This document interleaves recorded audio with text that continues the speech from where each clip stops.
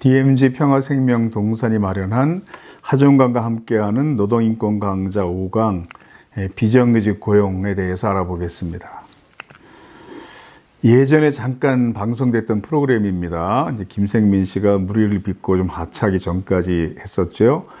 일반인 가정에 찾아가서 현명한 지출을 이렇게 가르치는 그런 프로그램인데, 다른 나라 사람들이 볼 때 좀 이상한 점이 있어요. 없는 지출 항목 있습니다. 대부분 자기들이 있는데 한국 사람들은 없는 지출 항목, 그게 뭘까요? 기부금 항목입니다. 기부금이 없네. 미국 사람들 중에 89%가 기부활동에 참여한다는 통계가 있었습니다. 한국은 어떨까요? 전체 국민의 절반 정도가 기부금 한 푼도 안 내고 산다는 거죠. 너무 자기만 위해서 산다는 겁니다. 물론 기부금 통계는 이제 지표에 따라 상당히 다양해요.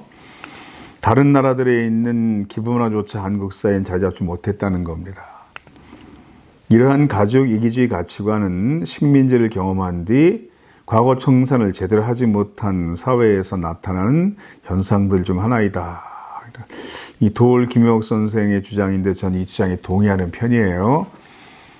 그러니까 일제강점기에 나라를 통째로 팔아먹은 사람과 그에 맞서서 독립운동했던 사람과에 대한 평가가 아직 제대로 이루어지지 않고 있어서 식민지 시기의 가족 이기주의 가치관, 착한 놈만 손해야, 그냥 우리끼리 행복하게 살자, 이런 가치관이 계속 유지가 되고 있다는 거죠.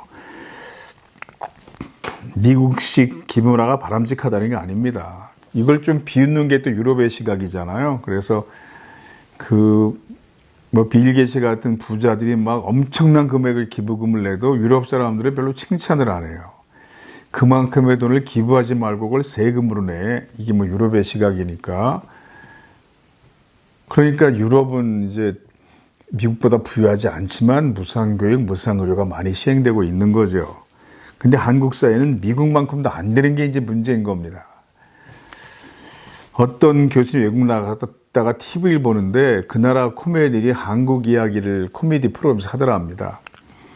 한국에서는 청소년들이 사약자를 돕는 활동을 하면 학교에서 봉사시간 점수를 받을 수가 있어. 이렇게 말하니까 다른 코미디언이 그럼 그 나라에서는 밥을 먹어도 점수를 주나? 또 다른 코미디언이 그 나라에서는 그냥 숨만 쉬고 있어도 점수를 받겠네. 이렇게 놀리더라는 겁니다. 인간의 당연한 행동을 점수로 평가하는 것이 좀 이상하게 느껴졌다는 거죠. 다른 나라가 볼 때 좀 그런가 봐요. 많은 다른 나라는 반드시 부자가 아니라 해도 굶어 죽을 정도로 가난하지는 않은 사람이, 그러니까 노숙인 정도는 아닌 사람이 자기보다 불행한 이웃을 아무것도 하지 않고 자기 가족만 챙기고 살아가면 저 인간의 기본이 안 됐다. 이렇게 좀 딱하게 보는 시선이 있어요. 우리 사회는 그런 정서가 매우 부족해서 다른 사람보다 좋은 직장에 취업했거나 가장 빨리 승진했거나 공부를 잘하거나 외모가 빼어나게 잘생긴 사람이 그걸 자랑스러워하면서도 내가 지금 죄 없이 고통당한 불행한 사람들을 위해 사는 수고가 아무것도 없다. 이런 부끄러움이 별로 없습니다. 이런 열등감이 별로 없다는 거죠. 이런 정서 어떤 노동 문제를 불러왔을까요? 아니 노동인권을 이야기하는 사람이 무슨 한가하게 기부문화 얘기를 하고 있어 그러시겠지만 이런 정서가 어떤 노동 문제를 불러왔을까요? 비정규직 가장 많은 나라가 많은 것과 무관하지 않다고 봅니다. 비정규직은 비인간의 요소가 많은 고용계약임에도 한국의 기업과 공공기관들은 인건비를 절약할 수 있고 인사노무 관리가 손쉽다는 이유로 IMF 외환위기를 기하로 별다른 문제의식도 없이 비정규직을 무한정 늘려왔어요. 이게 타인의 고통에 공감을 할 수 있는 사회라면 쉽게 있을 수 없는 일이라고 봅니다. 비정규직이 비인간적인 삶의 고통에 공감하는 사회라면 쉽게 있을 수 없는 일이라고 봐요. 비정노동자 노동조건에 대해서 각종 통계들을 보는 것보다 직접 비정노동자를 만나 이야기를 들어보면 압니다. 화장실 한번 마음대로 못 가면서 10년 동안 일했어요. 어제가 아버님 제삿날인데 못 가배웠어요. 휴가 신청했다가 내년에 계약 연장이 안 될까 봐요. 왜 이렇게 일했을까요? 1년 뒤에 계약 연장이 안 될까 봐. 1년 단위로 파리 목숨이 되는 게 비정규직이니까. 비정규직에게는 경제 휴가비도 50%만 지급됐어요. 휴가를 내도 해고되고 아파서 조퇴를 신청하면 집에 가서 영원히 쉬라고 했습니다. 휴일 명절도 없이 20년 일하며 최저임금 겨우 받았습니다. 야근 끝나면 택시비도 없어서 집에도 못 가고 신문지 깔고 회사에서 잘 때도 있었고 회사 일 때문에 어머니 임종도 못 지켜드렸습니다. 이건 한국증권거래를 총괄하는 전산망을 유지보수하는 회사 노동자들인데 이런 주장을 한 거예요. 신규 고용 70%가 비정노동자이다. 10명이 취업하면 7명이 비정규직이라는 뜻인데 이런 현상이 그 비정규직 당사자에게만 불리한 것이 아니라 한국 경제 저요소가 됐다는 겁니다. 이건 누가 분석한 걸까요? 국제통화기금 IMF가 2004년에 제출한 보고서입니다. 그러니까 이미 한 20여 년쯤 전부터 국제금융 자본이 한국에 투자할 때 걱정을 해야 할 정도로 한국의 비정규직 규모가 너무 지금 많아졌다는 뜻입니다. 원로 경제학자 이정우 교수는 이런 주장을 하셔요. 비정규직이 한국만큼 많은 나라는 지구상에 없다. 한국의 비정규직은 노동자의 50%로서 세계 1위다. 유럽에서는 스페인이 30%를 넘는 것으로 악명이 높다. 다른 나라들은 비정규직 비율이 10 내지 20%에 불과하다는 겁니다. 더 중요한 차이가 있습니다. 다른 나라에서는 비정규직의 임금이 또 높은 경우도 많아요. 유럽과 호주가 그런데요. 알쓸 신자 프로그램에서 김영하 작가가 하는 말입니다. 유럽 쪽에는 비정규직이 있잖아요. 임시로 쓰는 사람들. 시간당 페이가 정규직보다 높아요. 불안정하니까 돈은 더 줘야 되는 거죠. 그렇지, 그게 맞는 거야. 이렇게 맞장구를 칩니다. 임시적으로 쓰는 사람들이고 그렇게 되면 기업은 정규직을 사용하게 된다는 거죠. 오히려 비정규직 노동비용이 증가하니까. 호주 금속노조 간부들이 한국 금속노조를 방문했다가 이런 이야기를 한 적이 있어요. 비정규직은 정규직보다 임금을 25%나 더 받는다. 임금을 더 받다 보니 정규직으로 전환을 쉽게 하지 않으려는 분위기도 있다는 겁니다. 호주의 한국인 교포가 쓴 글인데 잠깐 눈으로 보겠습니다. 제가 읽진 않을게요.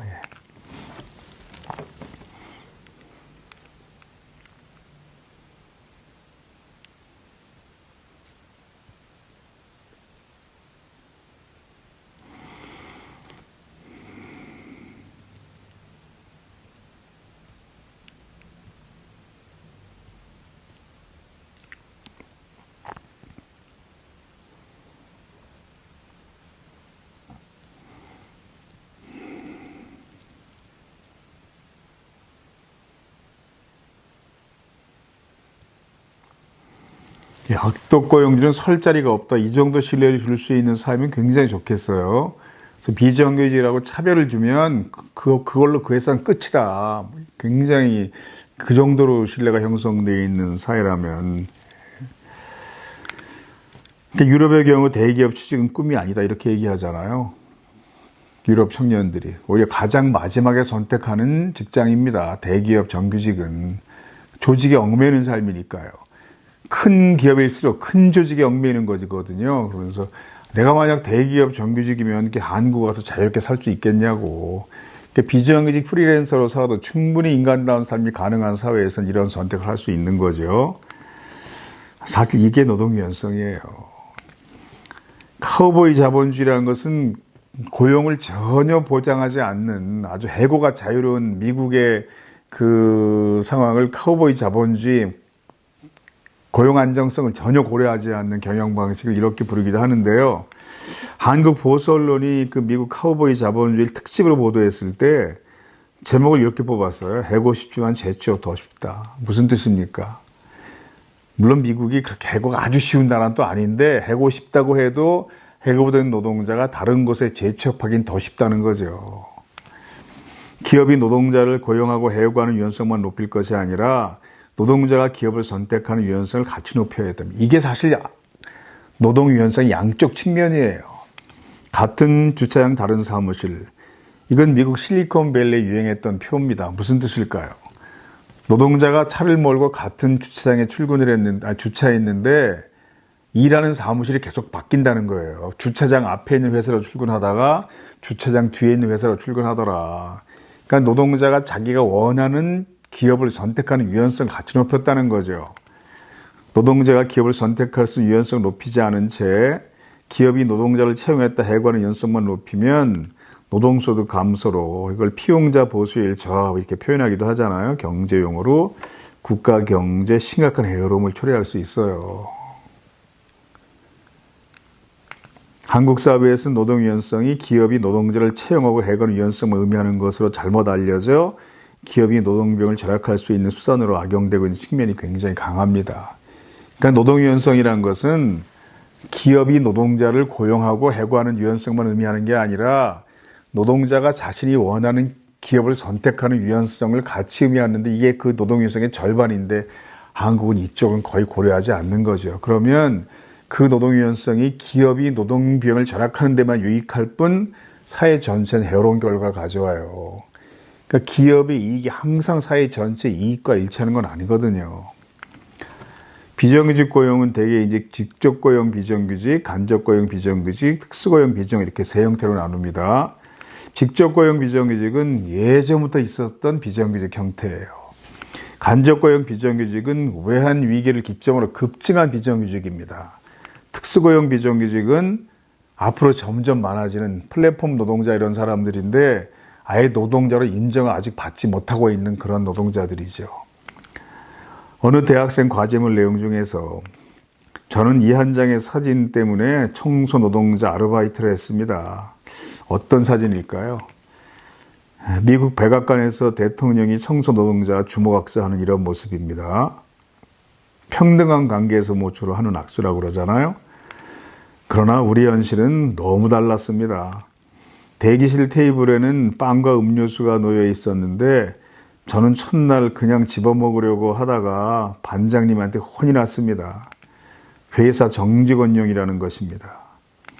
저 같은 용역회사 비정규직은 이름을 적고 먹어야 한다고 했습니다.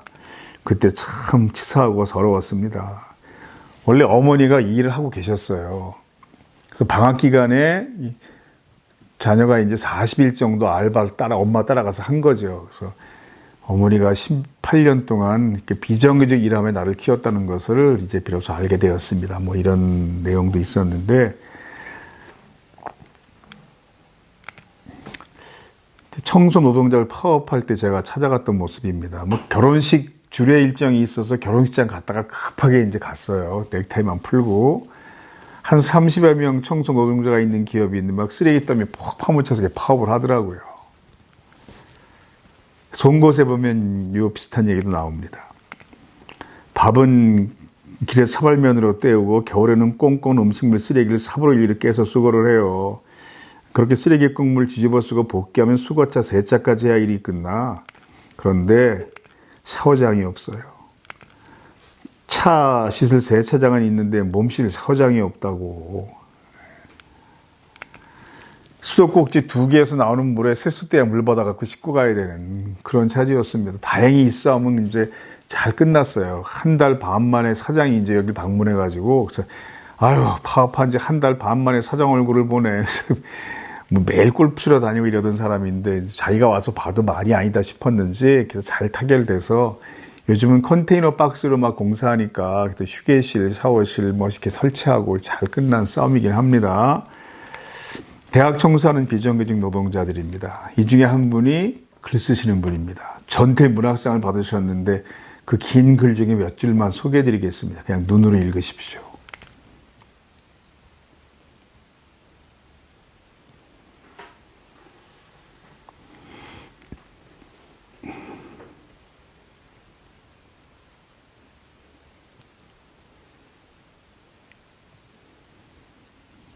왜 이렇게 식사했을까요? 휴게실이 없으니까 바로 이런 공간들입니다. 전국 대학 건물 중에 설계할 때부터 환경미화 노동자의 휴게 공간을 설계한 대학은 제가 아직까지 못 봤습니다. 노동조합 결성하는데 열심히 싸워서 조금씩 확보한 거죠. 그러니까 이 사진도 보시면 실내벽이 좀 이상해 보입니다. 외벽용 타일로 되어 있고 벽에 군데군데 뭐가 많이 묻어 있습니다. 왜 그럴까요? 본래 건물의 바깥쪽이었다는 뜻입니다. 2층 계단이 이렇게 돌출되어 있으니까 그 계단을 지붕 삼아 그 아래쪽에 삼각형 작은 공간을 막아달라고 요구한 겁니다. 상당히 작은 공간인데 얼마나 이걸 자랑하든지 꼭 와서 들어보셔야 된다고 들어갔다가 찍은 사진입니다. 제 결혼식 날 찍은 사진입니다. 제 아내가 난 보여주는 걸 썩 좋아하지는 않아서 제가 어렵게 허락을 받았습니다. 제가 예식장 빌 돈이 없어 그냥 대학에서 결혼했습니다. 제 대학을 엄청 오랫동안 다녔어요. 뭐 이름이 그 종강이니까 대학 가서 공부할 운명이 아니죠, 저는. 그래서 우리 학교 학생은 종강 파티 포스터를 요즘도 그렇게 만들어요. 제 얼굴 사진 놓고 옆에 파티 써서 만들고 그러는데 나이가 점점 많아지니까 이제 우리끼리 합의를 했어요. 제 여자친구랑 저랑 30살 되기 전에 결혼하는 게 좋겠다. 그래서 29살에 했습니다. 근데 우리 때는요, 그게 동기 중에 가장 늦은 결혼식이에요. 29살이. 요즘은 엄청 빠른 결혼이죠. 29살을 하면. 그러니까 한 세대가 가는 동안 이렇게 살기가 힘들어졌다는 뜻이기도 한데, 8년 4개월 동안 연애했고, 14K 금바지를 결혼 예물로 준비했으면 아무 장식도 없는. 그런데 그 결혼 바지가 14K니까 아직 남아있지. 그게 순금이었으면 살다가 막 팔아먹었을 거예요.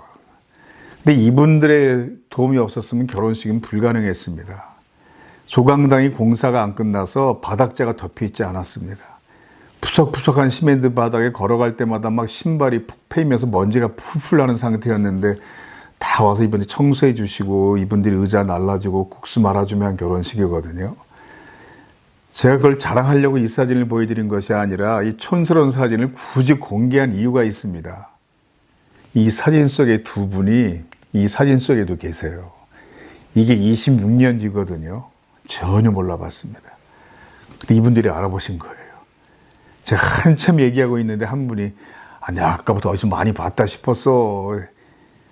목소리가 많이 들어본 목소리더라고. 그러니까 또 한 분이 맞다. 그때 저기서 결혼식 간 학생이잖아. 그때 우리가 의자 날라주고 그랬잖아.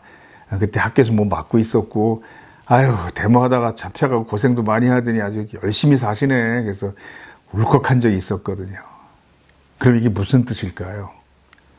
비정규직 고용계약이 그나마 직접 고용일 땐 이게 가능했다는 겁니다. 대학이 직접 고용한 비정규직일 때에는 비정규직 계약직이어도 그때 상용직이라고 불렀죠. 그래서 한 직장에 26년 일할 수 있었다는 뜻입니다. 이것이 외환위기 이후에 불가능해진 거잖아요. 전부 아웃소싱이 돼서 지금은 청소 노동자와 대학교나 기업 사이에 용역회사가 다 끼어 있고 용역회사와 대학과의 계약이 끝날 때마다 고용 승계 투쟁하면서 농성천막을 쳐야 돼요.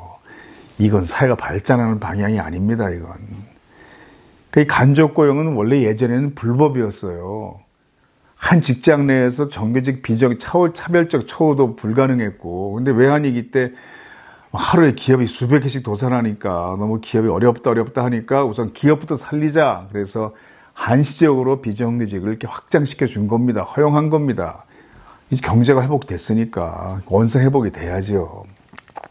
작은 결론, 간접 고용 비정규직을 직접 고용으로 전환하는 것은 특혜가 아니라 본래 고용계약 형태로 원상 회복하는 거예요. 거리의 만찬이란 프로그램이 있었습니다. 제가 여기도 출연한 적이 있었는데 이날 주제가 뭐였냐면 톨게이트 요금 수납원들 문제였습니다. 청와대 앞 농성장에서 이제 몇 시간 동안 녹화를 했어요. 여기 어렵게 모신 또 한 분의 손님이 접니다. 당사자들도 아니고 진행자도 아닌 사람이 하나 나와 있으니까. 근데 박미선 씨가 또 저 소개하면서 그 얘기를 하는 겁니다. 대형마트 비정규직 노동자를 다룬 드라마 웹툰 원작 송곳의 노동상담가 역을 맡았던 안내상 씨의 실제 모델이에요. 또 그래서 제가 보통 그렇게 소개되는데 전부 다 제 얘기는 아니고요. 여러 사람 이야기를 모은 건데 해명했더니 참 겸손하시다 이런 자막을 넣어주긴 했어요. 고속 톨게이트 요금 수납원들은 본래 한국도로공사에 직접 고용된 계약직 사원들이었습니다. 2008 이명박 정부에서 공기업 선진화 방안의 하나로 요금 수납 업무를 외주화했고 요금 수납원들은 고용 형태가 하청회사 소속 간접고용 비정규직으로 변경된 거죠. 하청업체 하나에 수납원들이 20여 명씩 소속돼 있으므로 수납원이 많은 톨게이트, 한 100명 정도 있는 톨게이트도 있거든요. 외주 하청업체가 여러 개 들어와 있습니다. 하청업체 사장이나 관리자들은 예전엔 존재하지 않던 인원들이에요. 사장은 자신의 지인을 영업소 책임자인 사무장으로 데려왔고, 사무장은 자신의 애인을 실무 담당자인 서무로 데려왔습니다. 서무는 요금 수납원들의 일거수일투족을 사무장에게 보고했고, 사무장은 다음날 일을 바탕으로 요금 수납원들을 추궁했습니다. 다 기사에 보도됐던 내용들입니다. 사장, 사무장, 서무가 없어도 업무에 아무런 지장이 없습니다. 수납원들이 도로공사에 직접 고용되면 이 관리직들은 모두 필요 없는 직책들입니다. 관리직들에게 별도의 사무실을 제공할 필요도 없어요. 직접 고용하면 도로공사는 오히려 노동비를 줄일 수 있습니다. 그리고 이들의 업무가 도로공사 직원들의 지시 감독하에서 이루어지기 때문에 독립된 업무가 아니기 때문에 법원에서 거듭된 판결이 나온 겁니다. 대법원 판결까지 나왔어요. 직접 고용해야 한다, 이 사람들은. 독립된 업무가 아니기 때문에 외주하청 줄 수 있는 업무가 아니다. 근데 그 법원 판결을 그 공기업이 이행하지 않은 거죠.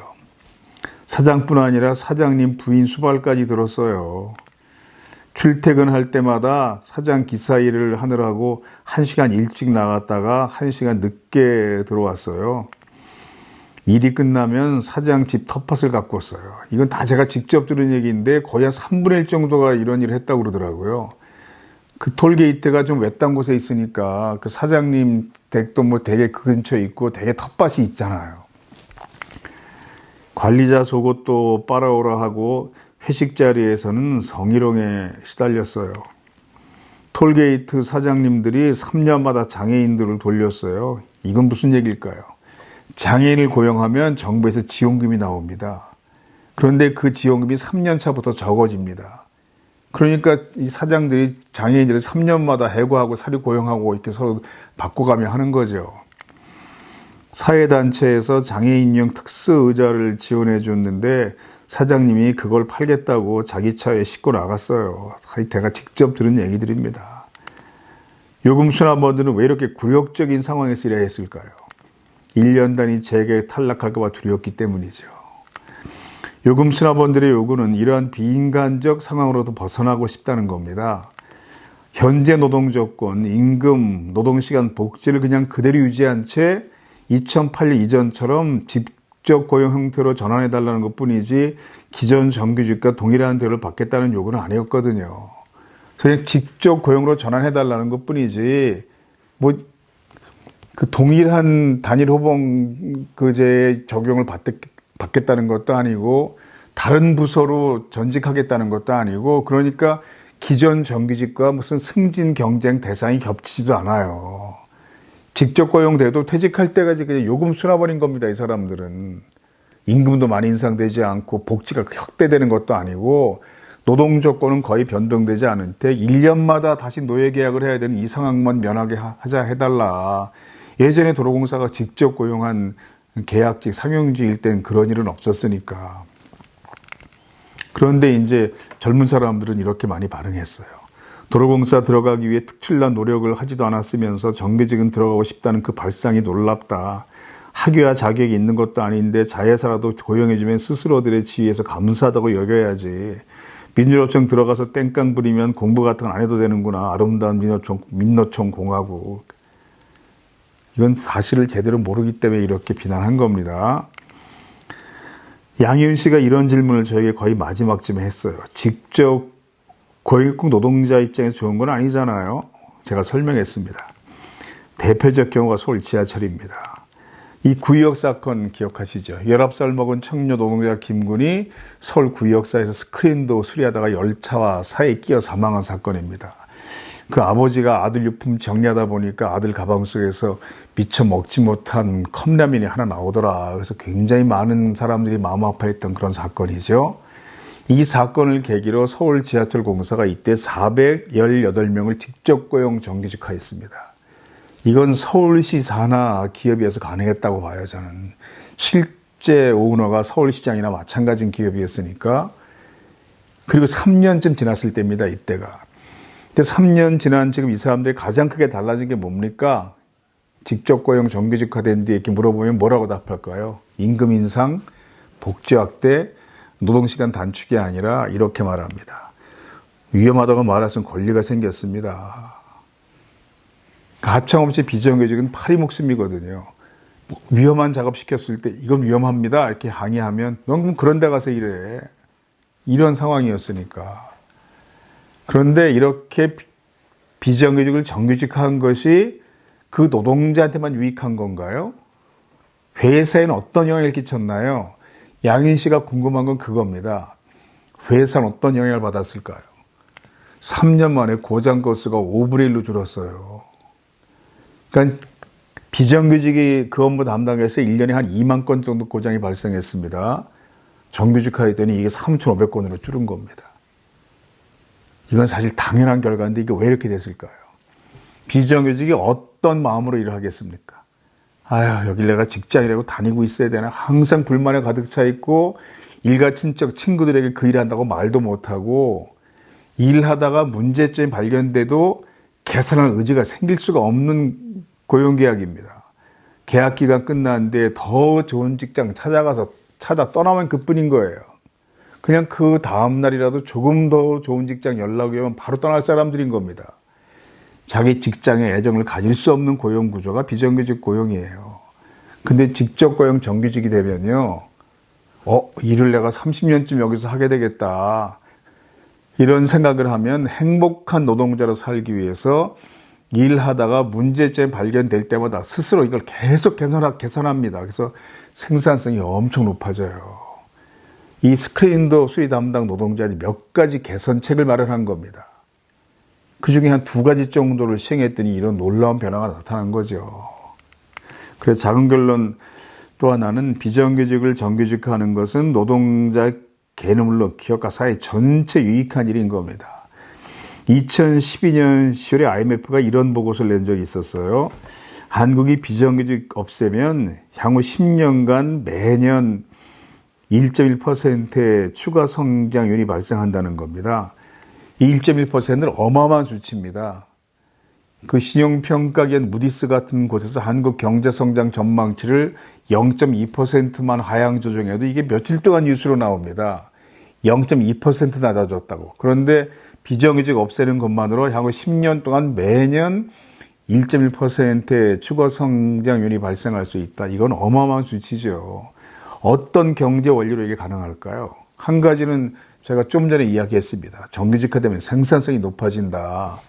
그리고 이제 이런 측면이 또 있어요. 임금이 낮고 고용이 불안한 비정규직들이 소비를 늘리지 않으니 장기적으로 국내 소비액이 떨어져 경제 성장의 기반이 파괴될 수밖에 없다는 겁니다. 이것이 증명된 상황이 코로나19 사태예요. 소비가 멈추니까 사회 전체가 무너지기 시작한 겁니다. 그래서 이상한 일이 생겼습니다. 불과 몇 년 전만 해도 일하지 않고 돈을 버는 것은 굉장히 파렴치한 짓이었습니다. 그것을 요구하는 거의 범죄 행위에 가까웠어요. 그런데 일하지 않아도 돈을 골고루 다 나눠주는 것이 사회 전체 유익하다. 우리가 몇 번이나 실천했잖아요. 이게 바로 재난기본소득입니다. 이런 원리로 그런 거예요. 그래서 비정규직이 정규직화 되는 것은 국가 경제에 위해서도 유익한 조치라는 거죠. 그렇다면 원청 기업이 이런 비효율적 하청을 도입하는 이유가 뭘까요? 이상원 박사는 고용 문제에서 세계적인 권위자입니다. 국제노동기구 고용정책국장이고요. 그래서 국제기구들이 모여서 무슨 고용 관련, 경제 관련 보고서를 쓸 때 이상원 박사가 초안을 작성한 경우도 있고 그렇거든요. 근데 이분이 이런 분석을 하셨어요. 직원들이 자신의 이익을 추구하느라고 회사 전체 이익과 일치하지 않는 생산 방식을 만들어낸다는 겁니다. 용역업체 사장 자리는 원청회사 임원들이 정년퇴임이 한 번 거쳐가면서 마지막으로 한몫 챙기는 자리인 경우가 많습니다. IMF 외환위기라는 위기를 극복한다는 명분으로 도입된 하청 구조는 임직원들이 자신들의 노후 대책을 스스로 없애는 결정을 하지 못하기 때문에 처음처럼 사라지지 않는 거죠. 그러니까 고속톨게이트 하청회사 사장들도요, 주로 도로공사 직원들이 퇴임한 이후에 와서 그 자리를 가지게 되거든요. 그래서 한 번 아웃소싱이 되잖아요. 그러면 엄청난 이권이 형성되기 때문에 이권이 사라지지 않아서 다시 직영으로 돌아오기 상당히 어렵습니다. 그런 현상을 이렇게 설명하신 거죠. 인천공항 비정규직 한다고 해서 난리가 났었잖아요. 청년들이 막 분노하고 막 이랬습니다. 당시 문재인 대통령이 인천공항 방문해서 이제 비정 제로시를 열겠다 선언할 때 모습입니다. 여기 배석했던 11명이 1년 뒤에 어떻게 됐을까요? 6명은 자회사, 4명은 퇴사, 1명은 정규직 전환 탈락했습니다.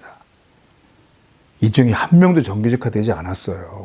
현대차 비정 노동자가 분신한 적이 있어요. 다행히 목숨을 건졌습니다. 인터뷰 잠깐 보겠습니다. 분신 외에는 어떠한 방법도 떠오르지 않았다는 황인하 씨. 8년이나 현대자동차에서 일했지만 하청업체 소속 비정규직이란 위치가 가져다 준 건 차별뿐이었습니다. 너무 절박했습니다. 왼쪽에는 정규직, 오른쪽에는 저 똑같은 작업을 했습니다. 똑같은 작업에, 똑같은 작업 지시서에, 똑같은 공부에, 똑같은 작업 재료에 다 똑같습니다. 오로지 다른 거, 앞에 정규직 앞에 빗자 하나 붙은 거, 그 하나 빼놓고는 다 똑같습니다. 예, 정규직이 쓰다 버린 장갑 주워다가 빨아 쓰기도 지쳤다. 막 이런 얘기들도 당시 비정규직이 했습니다. 그러면 이러한 차별이 해결됐다고 합시다. 남는 문제가 뭘까요? 해결됐어요. 남는 문제는 현대차 한 회사 내에서만 해결됐을 뿐이잖아요. 다른 대기업과 중소기업 간의 차별, 다른 기업 내 정규직과 비정규직 차별이 여전히 그대로 존재하는 겁니다. 이런 차별을 해결한 나라가 실제로 있을까요? 있습니다. 스웨덴 같은 나라죠. 스웨덴은 노동 동일임금 제도가 기업 단위가 아니라 국가 단위로 시행됐습니다. 즉 회사가 달라도 같은 일한 노동자는 같은 임금을 지불해야 한다는 거죠. 예를 들어서 2급 기능사 선방공 경력 5년이다 그러면 몇만 명이 근무하는 큰 자동차 회사에 근무하거나 동네 작은 중소기업 철공소에 있거나 임금이 같아야 됩니다. 경력 3년차 간호사다 그러면 몇천 명의 간호사가 일하는 대학병원에서 근무하거나 동네 작은 소아과 의원에 있거나 임금이 같아야 돼요. 이게 스웨덴 방식입니다. 대단하죠? 대단할 거 없습니다. 한국도 이미 그런 직종이 있어. 어떤 직종이 그렇습니까? 공무원, 교사, 군인이 그렇습니다. 공무원들은 정부 종합청사 근무하거나 읍사무소 근무하거나 같은 임금 체계가 적용됩니다. 교사도 강남 8학군의 큰 고등학교에 있거나 시골의 작은 분교에 있거나 같은 임금 체계가 적용돼요. 군인도 육군본부에서 일하는 군인이나 철책을 지키는 군인이 계급과 호봉이 같으면 같은 임금을 받습니다. 스웨덴은 이 방식을 모든 직종에 적용하는 제도를 만든 거죠. 이게 어떻게 가능했을까요? 스웨덴 노사정 협의체에서는 그런 결정이 가능했습니다. 그 노사정 협의체는 이런 결정을 하는 곳이에요. 스웨덴의 최고임금 노동자 임금을 동결하는 조건으로 이런 제도를 만든 겁니다. 노동자들이 자신의 권리를 동결한다, 양보한다는 것은 최소 이 정도의 성과를 전제로 하는 겁니다. 근데 한국의 경사노위 같은 곳은 이런 걸 결정하는 곳이 아니라 노동자들이 양보해야 될 것들을 미리 정해놓고 설득하는 과정이라 민주노총이 들어가지 않고 있는 거죠. 52시간제를 좀 완화한다든가. 아니죠. 한국은 40시간제입니다. 50이라는 숫자를 사용하고 싶으면 주 최대 52시간 이렇게 표현해야 되고요. 탄력 근로제 기간을 연장한다든가 다 이 최저임금을 세분화한다든가 다 이게 노동자가 양보해야 되는 내용들이거든요. 그러니까 그걸 설득하는 과정이라고 생각해서 민주노총은 들어가지 않는 겁니다. 스웨덴 이러한 제도가 널리 알려진 계기가 있었습니다. 2차 오일 쇼크 이후 독일, 영국, 프랑스, 일본 등 경제 성장률이 몇 년 동안 0%에 머물러 있었는데 스웨덴이 그 기간 동안 4 내지 5%의 안정적 지속적 경제 성장을 한 겁니다. 다른 선진국이 다 경제 성장에 멈춰 있는데 그러니까 이게 눈에 돋보일 수밖에 없는 거죠. 이런 현상에 대해서 많은 학자들이 연구를 했는데 진보 보수 학자들이 모두 같은 내용의 결론을 내렸습니다. 한국재벌경제연구소에서도 같은 내용의 보고서를 제가 본 적이 있습니다. 스웨덴의 노동 동일임금 제도가 경제 성장의 동력이었다는 거죠. 왜 그랬을까요? 동일노동 동일임금 제도가 국가 단위로 시행되면 어떤 일이 벌어질까요? 그 임금을 지불할 능력이 없는 기업들은 문을 닫는 겁니다. 저임금으로 경쟁력을 유지하는, 즉 다른 경쟁력은 없이 노동자 임금을 적게 주는 방식으로, 사회학적으로 표현하면 노동자 임금을 착취하는 방식으로 이윤을 창출하는 그런 전 근대적 기업들은 시장에서 퇴출되는 겁니다. 어떤 기업만 남겠어요? 노동자의 고임금을 지불하면서 고부가가치로 경쟁하는 기업들만 남는 거죠. 즉 동일 노동 동일임금 제도가 기업들의 선진화를 강제하는 효과를 가져온다는 겁니다. 삼성이 뭐 여러 가지 나쁜 짓도 많이 하지만 국가 경제에 기여한다고 다 생각합니다. 그건 사실이고요. 삼성이 저임금 사업장입니까? 아니잖아요. 삼성이 내세운 자랑은 뭐예요? 우린 최고 임금을 지불하면서 부가가치로 경쟁하겠다는 거잖아요. 물론 그것이 엄청난 초과 노동을 통해서 얻어지는 이익이기도 하지만 정규직과 비정규직의 차별, 최저임금 논란도 사라집니다. 비정규직, 정규직 차별이 없어지고 모든 노동자 임금이 최저임금을 상회하니까 이런 논란도 사라지는 겁니다. 비정규직, 정규직하거나 최저임금을 지불하면 문을 닫을 수밖에 없다고 주장하는 한계 기업들은 계속 운영을 해도 국가 경제에 유익한 영향을 끼치지 못합니다. 보수학자들은 스웨덴의 노동 동일임금 원칙도 최근 들어 많이 훼손됐다고 강조합니다. 훼손된 건 맞아요. 그런데 뭐 연대임금 기금을 포기했다. 뭐 하여튼 그 스웨덴의 노동 동일임금 원칙이 많이 훼손된 건 맞습니다. 그렇지만 그 훼손된 원칙도 우리가 볼 땐 거의 신의 경제에 가깝거든요. 그러니까 스웨덴도 노동 동일임금 원칙이 많이 이제 변화되고 훼손됐으니까 우리가 그걸 추구할 필요가 없다. 이건 아닙니다. 마치 그렇게 주장하는 것은 영양실조인 사람에게 다이어트를 권하는 것과 마찬가지인 거예요. 스웨덴이 경제 불황을 겪거나 경제 성장이 둔화될 때마다 보수 세력은 동일노동 동일임금 원칙을 비난하지만 그 불황을 극복한 스웨덴 모델의 부활에 대해서는 말하지 않습니다. 그 스웨덴과 우리가 결정적인 차이가 있어요. 사회 안전망이죠. 무슨 얘기냐 하면 스웨덴에서는 그 경쟁력이 없어서 도태되는 사업장에서 실직하는 노동자들에 대한 사회 안전망이 비교적 잘 갖춰져 있고 우린 이게 갖춰져 있지 않은 겁니다. 그러니까 쌍용차 노동자들이 한 1000명 정도가 정례고 당한 뒤에 뭐 4년 만에 20여 명 노동자가 극단적인 선택을 하는 일이 벌어지는 거잖아요. 따라서 우리 사회는 저임금을 없애고 사회 안전망의 수준을 높이는 두 마리 토끼를 다 잡을 필요가 있어요. 이게 두 가지가 다 가능합니다. 이게 배타적이어서 한쪽을 취하면 다른 쪽이 불가능한 이런 게 아닙니다. 이 두 가지를 다 동시에 취할 수 있어요. 그렇게 하기 위해서는 조세 부담률이 높아져야 돼요. 노동자도 지금보다 세금 좀 더 많이 내고 부유층은 더 많이 내고, 그러니까 노동자들도 우리가 세금 지금보다 많이 낼 테니까 당신들 부자들은 훨씬 더 많이 내시오. 이 방향으로 가야 돼요. 자, 5강 비정규직 고용 여기까지 하겠습니다. 고맙습니다.